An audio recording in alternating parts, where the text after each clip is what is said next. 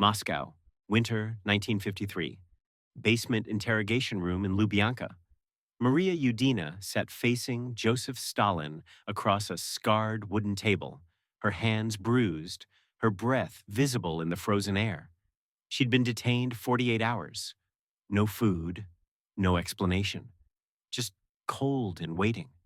Then Stalin entered, flanked by guards, and pointed to an upright piano in the corner. "Play this piano," he said, voice flat, "or I'll kill you right now." Her hands shook as she stood. The piano was old, keys yellowed, out of tune. She sat on the bench. Her fingers hovered over the keys, ice cold to the touch. Stalin leaned against the wall, cigarette smoke curling around his face. "The great pianist can't even begin?" he mocked. "Time 0.5s." Guards laughed. Maria closed her eyes. What she played next would either save her or end her. But what Stalin didn't know was why she really came. And what he'd discover would change everything. But to understand how Maria Yudina ended up in that basement, you need to go back 9 years. To 1944, when she was the most famous musician in the Soviet Union, 300 performances a year, sold out concert halls from Moscow to Leningrad. Stalin's favorite pianist, at least publicly. She played Mozart, Bach, Beethoven with an intensity that made audiences weep. By Soviet standards, she was wealthy. Private apartment, a car, access to imported sheet music, the kind of privileges that came with being useful to the regime. But Maria carried a secret that could destroy everything.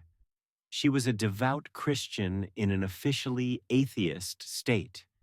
Every week, she donated half her earnings to underground church networks. She wore a small cross beneath her performance gowns. And she prayed before every concert, not for success, but for strength to play with honesty. Stalin's intelligence network knew all of this. They'd documented every donation, every whispered prayer, every forbidden gathering. The question wasn't whether Stalin knew. It was why he hadn't acted yet. The answer came in 1944, during the siege of Leningrad. Stalin summoned Maria to the Kremlin for a private meeting.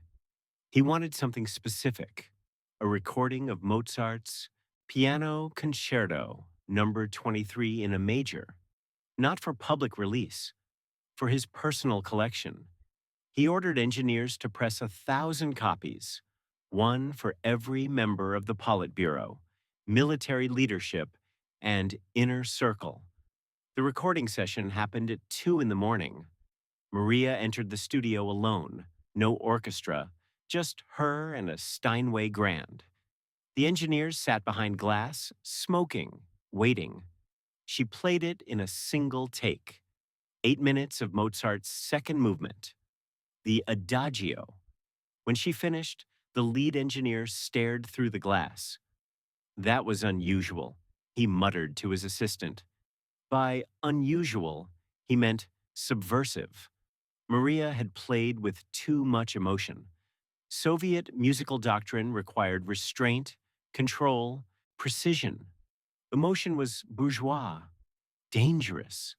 But Maria couldn't help it. When she played Mozart, she played for something beyond the Soviet state. She played for God. The recording was pressed and distributed. Stalin kept a copy in his private quarters. Then something strange happened. He started playing it obsessively. According to people close to him, documented in post-Soviet archives, he listened to that recording more than 200 times in the first month. He'd sit alone in his study, vodka in hand, and play Maria's Mozart on repeat. His guards reported hearing it through the walls at 3, 4 in the morning. Stalin never explained why, but those who knew him recognized the pattern. Time 0.25s.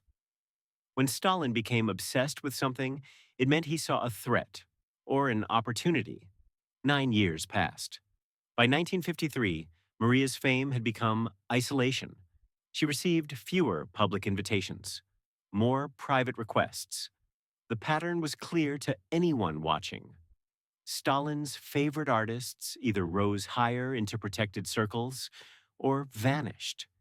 Shostakovich had been publicly humiliated, then rehabilitated. Prokofiev died under mysterious circumstances. The poet Mandelstam was arrested and never seen again. Maria knew the list. Every Soviet artist did.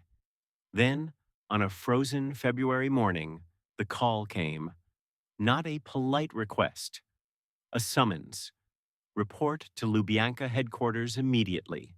She told her students goodbye without explanation, packed a small bag with essentials, toothbrush, change of clothes, the small cross she wore beneath her blouses. She assumed she wouldn't return. The Lubyanka building loomed gray and massive in the Moscow snow. Inside, guards led her down 3 flights of stairs into the basement. Not the execution cells, something worse. Interrogation rooms. They left her in one for 48 hours. No questions, no charges, just cold and waiting. She slept in a chair, drank water from a metal cup, tried to pray but couldn't focus. The isolation was designed to break you before anyone even spoke. On the 3rd day, the door opened. Joseph Stalin walked in, flanked by 2 guards. He was 73 years old, dying, though no one dared say it aloud. His face was gray, his movements slow, but his eyes were sharp. He looked at Maria for a long moment. Then he pointed to the upright piano in the corner. It was old, scarred, badly out of tune. "Play this piano," Stalin said, his voice quiet, almost conversational, "or I'll kill you right now." Maria's interrogation didn't start with accusations of treason or political betrayal. It started with music. For 2 days before Stalin arrived, junior interrogators asked her the same questions on repeat. What were you thinking during the Mozart recording? Why did you choose that tempo? What does the music mean? She answered honestly, it was just music. She played what Mozart wrote, but they weren't satisfied. They played the recording back to her, stopping at specific passages. This section, measure 114, what were you expressing here? Maria was confused. She'd played Mozart as written. There was no hidden message, no code, but the interrogators kept pressing, and slowly she understood.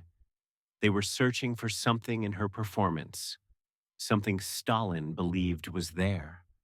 On the 3rd day, after Stalin's threat in the basement, a guard she'd never seen before slipped her a piece of bread. He leaned close and whispered, "He thinks you put God in the music." That's when it clicked. Stalin wasn't looking for political subversion. He was looking for religious messaging. For 9 years, he'd listened to her Mozart recording obsessively, and he'd convinced himself that her performance contained coded Christian symbolism. The tempo changes. The dynamic swells. The phrasing. He believed she was smuggling faith into Soviet concert halls, one note at a time.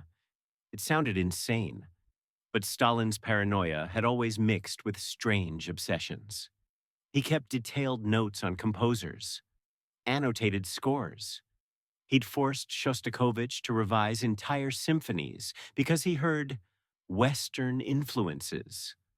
And now, he'd found something in Maria's Mozart that he couldn't explain. And it terrified him. Or fascinated him. Maybe both. The truth was, Stalin had always been obsessed with music. Not as a casual listener, as a controller.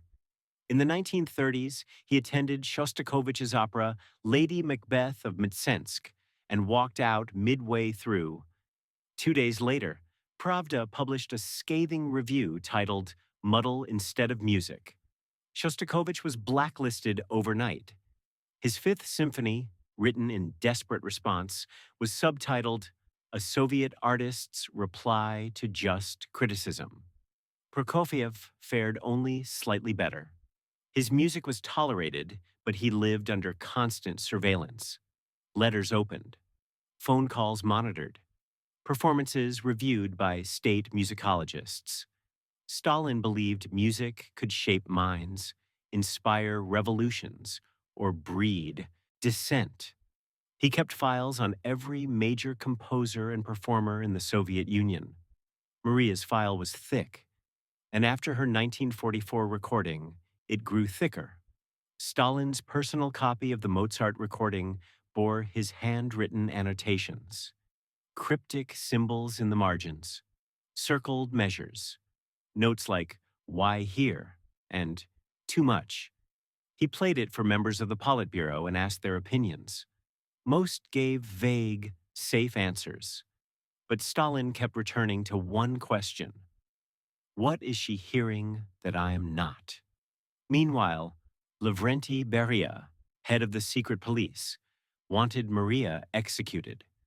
He saw her Christian faith as a liability, her influence as dangerous. He'd argued for her arrest multiple times, but Stalin refused. Time, 0.5s. Not because he liked her, because he needed to understand what she'd done. And you don't kill the only person who can explain the mystery. So instead, he summoned her. Not to a concert hall, not to the Kremlin, to Lubyanka basement, where truth was extracted, not performed. After his threat, Stalin led Maria out of the interrogation room, not to a cell, to a different room entirely, a private study with the bookshelves, a desk, and a grand piano.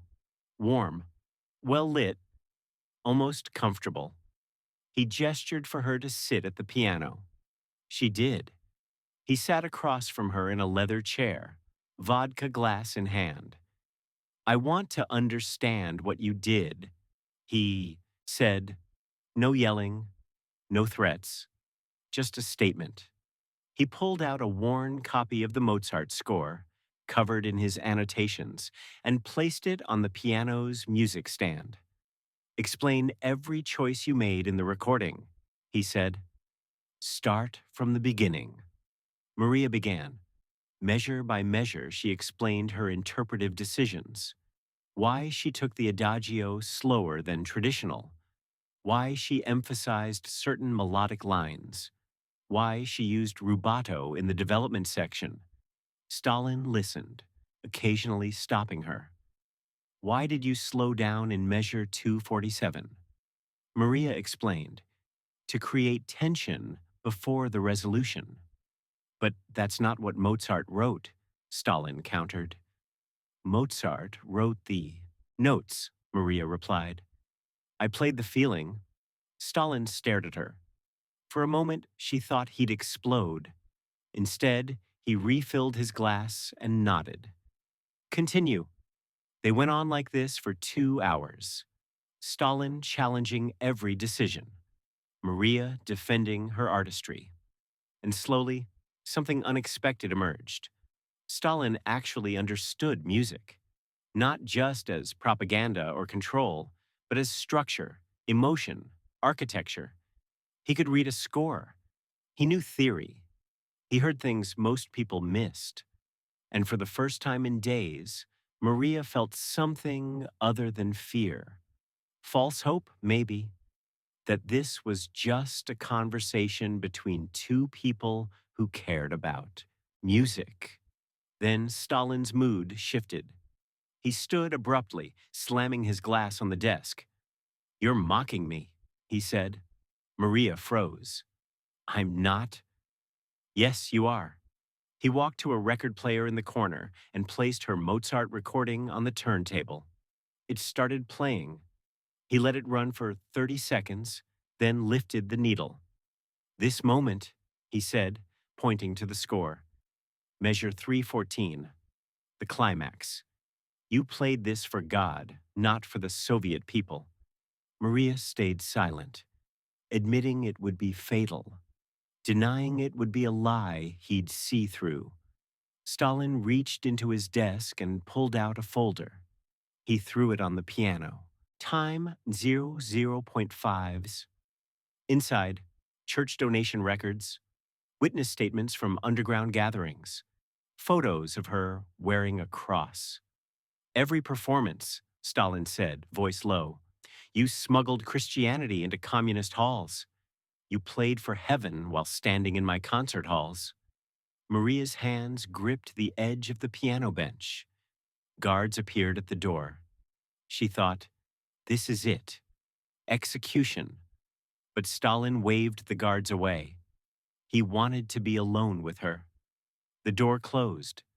The room was silent except for the faint hum of the record player. Stalin sat back down, suddenly looking exhausted. "Do you know why I haven't killed you?" he asked. Maria shook her head. "Because I don't understand what you hear in this music, and it's the only thing left that moves me." His voice cracked slightly on the last word. He was dying. Everyone knew it, though no one spoke of it.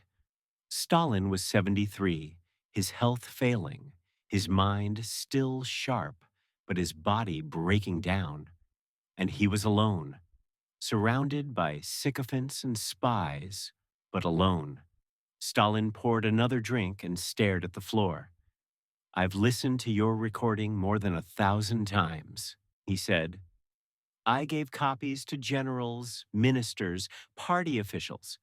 I wanted them to hear what I heard, but none of them understand."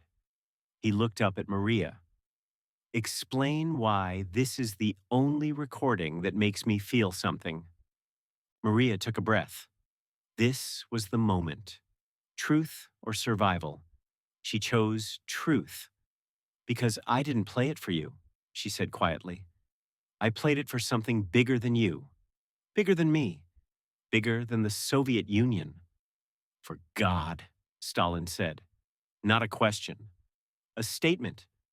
Yes, he could have her shot right now. Instead, he laughed. A short, bitter sound. "You're the only person in this entire country who tells me no." He stood and walked to a cabinet, pulling out a wooden box. Inside, 1,000 copies of her recording, neatly stacked, each one labeled with the recipient's name. "I thought if I distributed these," Stalin said, "I could control what people felt, make them loyal through beauty." He paused. "But you can't control what you don't understand." Maria watched him. For the first time, she saw him not as a dictator, but as a man terrified of the one thing he couldn't dominate, the transcendent. He wasn't hunting her. He needed her. "I'm dying," Stalin said matter-of-factly. It was February 1953. By March, he'd be dead. History records he suffered a stroke on March 1st and died 4 days later. But in this moment, he was still alive and desperate. "I want more recordings," he said. "You'll have protection. Practice your faith privately. Never discuss it publicly, but keep playing. For me." Maria could have agreed, said yes, secured her safety. Instead, she said, "No." Stalin blinked. "No, I won't play just for you anymore," Maria said. "Music loses its power when it's imprisoned. If I play only for your private collection, it becomes another tool of control. And that's not what music is." Stalin could have killed her right there. But instead, he did something no one expected. He laughed. A real laugh. Not bitter. Almost joyful. "You're brave," he said. Or insane? He led her back to the basement, interrogation room. The same room where this started. The upright piano still in the corner. Play it again, Stalin said. Play it now, or I'll kill you. But his tone was different. Not mocking, desperate. Maria sat at the piano. She touched the cold keys, and she understood. He wasn't testing her. He was begging her. He wanted to experience live what he'd heard in the recording, one last time before he died. Maria closed her eyes, and she played Mozart's Piano, Concerto Number 23, second movement, Adagio. Her hands shook, but the music was flawless. For 8 minutes, the basement was silent, except for Maria's playing. Stalin stood with his back against the wall, eyes closed. Guards at the door didn't move. The music filled the cold gray space, transforming it. This wasn't a performance. It was a confession. Maria played every note the way she'd played it 9 years ago, with honesty, with faith, with the belief that music could touch something beyond politics, beyond power, beyond fear. When she finished, the final note hung in the air. Silence. Then Maria heard something she never expected. Stalin was crying, not sobbing, just silent tears running down his weathered face. He opened his eyes and looked at her. "How do you do that?" He asked, voice hoarse. Maria answered honestly, "I play for something bigger than myself." "For God?" Stalin asked. "Yes," Maria said. They stared at each other. Dictator and pianist, atheist and believer. Stalin wiped his face and nodded slowly. "I envy you," he said quietly. It wasn't a confession of faith. It was an admission of emptiness. The most powerful man in the Soviet Union envied a pianist because she had something he'd destroyed in himself, the capacity to believe in anything beyond power. Stalin walked to the door, then turned back. "I'll make you the same offer," he said. "Continue recording. Receive protection. Practice your faith." Privately, Maria stood from the piano bench. "And if I refuse? Then you'll be arrested within a week. Beria will see to it." It was a genuine threat. Beria had wanted her dead for years. Stalin was the only thing standing between her and a firing squad. But Maria had already made her decision. "I won't play just for you," she repeated. "If I record again, it will be for everyone. Public release, not hidden in your private collection." Stalin could have ended her right there. Instead, he surprised her again. He smiled. "You have courage," he said. "Stupid courage, but courage." He opened the door. Guards waited outside. "She's free to go," Stalin told them. They looked confused but obeyed. Stalin handed Maria a signed document, a conditional protection order. She could continue performing publicly, continue her private faith, but she'd be monitored, always. "We'll meet again," Stalin said. They never did.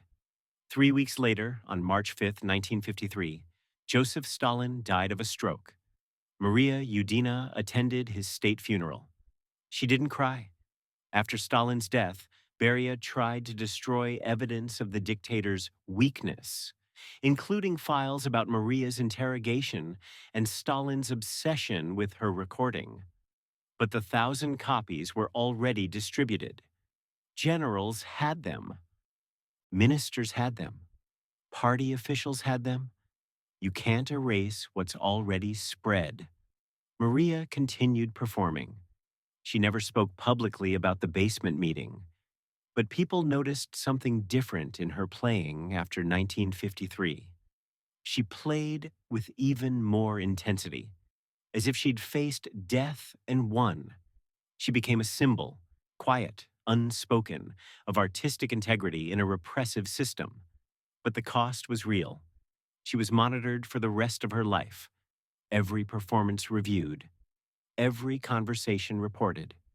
She never fully trusted the regime again, and the regime never fully trusted her. Maria Yudina performed until 1969, when illness forced her to retire. She died in 1970 at age 70. Her Mozart recording, the one Stalin obsessed over, became the most famous classical recording in Soviet history. After the USSR collapsed, archival documents revealed the full story. Students remembered her saying once, "Music saved my life." She never explained when or how. Today, her apartment in Moscow is preserved as a small museum. Inside, the same piano she practiced on for 50 years, the same white keys.